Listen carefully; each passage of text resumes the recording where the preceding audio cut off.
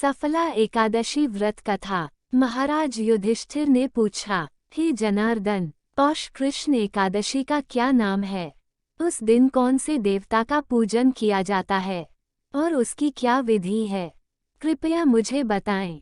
भक्तवत्सल भगवान श्री कृष्ण कहने लगे कि धर्मराज, मैं तुम्हारे स्नेह के कारण तुमसे कहता हूँ कि एकादशी व्रत के अतिरिक्त मैं अधिक से अधिक दक्षिणा पाने वाले यज्ञ से भी प्रसन्न नहीं होता हूँ। अतः इसे अत्यंत भक्ति और श्रद्धा से युक्त होकर करें। हे राजन, द्वादशी युक्त पौष कृष्ण एकादशी का महात्म्य तुम एकाग्रचित होकर सुनो। इस एकादशी का नाम सफला एकादशी है। इस एकादशी के देवता श्रीनारायण हैं। विधि पूर्वक इस व्रत को करना चाहिए। जिस प्रकार नागों में शेषनाग, पक्षियों में गरुड़, सब ग्रहों में चंद्रमा, यज्ञों में अश्वमेध और देवताओं में भगवान विष्णु श्रेष्ठ हैं, उसी तरह सब व्रतों में एकादशी का व्रत श्रेष्ठ है।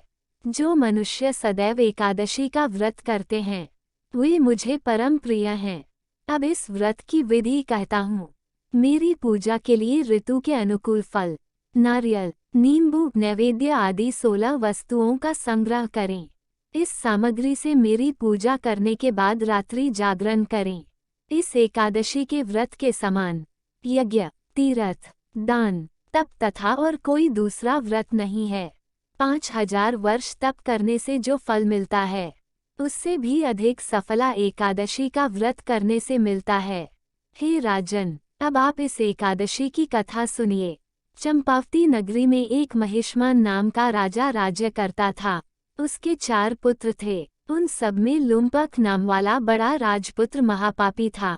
वह पापी सदा परस्त्री और वेश्यागमन तथा दूसरे बुरे कामों में अपने पिता का धन नष्ट किया करता था। सदैव ही देवता, ब्राह्मण, वैष्णवों की निंदा किया करता था।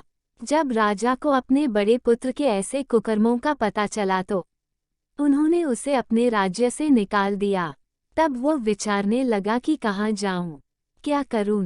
अंत में उसने चोरी करने का निश्चय किया।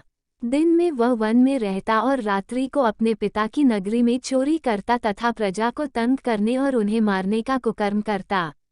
कुछ समय पश्चात सारी नगरी भयभीत हो गई। वह वन में रहकर पशु आदि को मारकर खाने लगा। नागरिक और राज्य के कर्मचारी उसे पकड़ लेते किंतु राजा के भय से छोड़ देते। वन के एक अति प्राचीन विशाल पीपल का वृक्ष था। लोग उसकी भगवान के समान पूजा करते थे। उसी वृक्ष के नीचे वह महापापी लुम्पक रहा करता था। इस वन को लोग देवताओं की क्रीड़ा स्थली मानते थे। कुछ समय पश्चात पौष कृष्ण पक्ष की दशमी के दिन वह वस्त्रहीन होने के कारण शीत के चलते सारी रात्रि सो नहीं सका। उसके हाथ पैर अकड़ गए। सूर्योदय होते होते वह मूर्छित हो गया। दूसरे दिन एकादशी को मध्याह्न के समय सूर्य की गर्मी पाकर उसकी मूर्छा दूर हुई। गिरता पड़ता वह भोजन की तलाश में निकला। पशुओं को मारने में वह समर्थ नहीं था, अतः पेड़ों के नीचे गिर हुए फल उठाकर वापस उसी पीपल वृक्ष के नीचे आ गया। उस समय तक भगवान सूर्य अस्त हो चुके थे। वृक्ष के नीचे फल रखकर कहने लगा, हे भगवान, अब आपको ही अर्पण है यह फल, आप ही तृप्त हो जाए। उस रात्रि को दुख के कारण रात्रि को भी नींद नहीं आई। उसके इस उपवास और जागरण से भगवान अत्यंत प्रसन्न हो गए और उसके सारे पाप नष्ट हो गए। दूसरे दिन प्रातः एक अति सुंदर घोड़ा अनेक सुंदर वस्तुओं से सजा हुआ उसके सामने आकर खड़ा हो गया। उसी समय आकाशवाणी हुई कि हे राजपुत्र, श्रीनारायण की कृपा से तेरे पाप नष्ट हो गए। अब तू अपने पिता के पास जाकर राज्य प्राप्त कर। ऐसी वाणी सुनकर वह अत्यंत प्रसन्न हुआ और दिव्य वस्त्र धारण करके भगवान आपकी जय हो कहकर अपने पिता के पास गया। उसके पिता ने प्रसन्न होकर उसे समस्त राज्य का भार सौंप दिया और वन का रास्ता लिया। अब लुम्पक शास्त्रानुसार राज्य करने लगा। उसके स्त्री, पुत्र आदि सारा कुटुंब भगवान नारायण का परम भक्त हो गया। वृद्ध होने पर वह भी अपने पुत्र को राज्य का भार सौंपकर वन में तपस्या करने चला गया और अंत समय में वैकुंठ को प्राप्त हुआ। अतः जो मनुष्य इस परम पवित्र सफला एकादशी का व्रत करता है उसे अंत में मुक्ति मिलती है। जो नहीं करते वे पूंछ और सींगों से रहित पशुओं के समान हैं। इस सफला एकादशी के महात्म्य को पढ़ने से अथवा श्रवण करने से मनुष्य को अश्वमेध यज्ञ का फल मिलता है। आशा है आपको ये कहानी पसंद आई होंगी और आप अपने जीवन में इनसे कुछ जरूर सीखेंगे।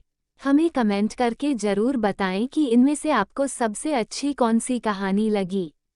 अगर कहानी अच्छी लगी हो तो इस वीडियो को लाइक जरूर कीजिएगा। अगर आप इस चैनल पर पहली बार वीडियो देख रहे हैं तो इस चैनल को सब्सक्राइब कर लीजिएगा ताकि आपको एक और नई वीडियो प्राप्त हो सके। अगर आप पहले से सब्सक्राइब कर रखे हैं तो कमेंट बॉक्स में कमेंट करके जरूर बताएगा कि ये कहानी आपको कैसी लगी। जय श्री हरि लिखना ना भूलें।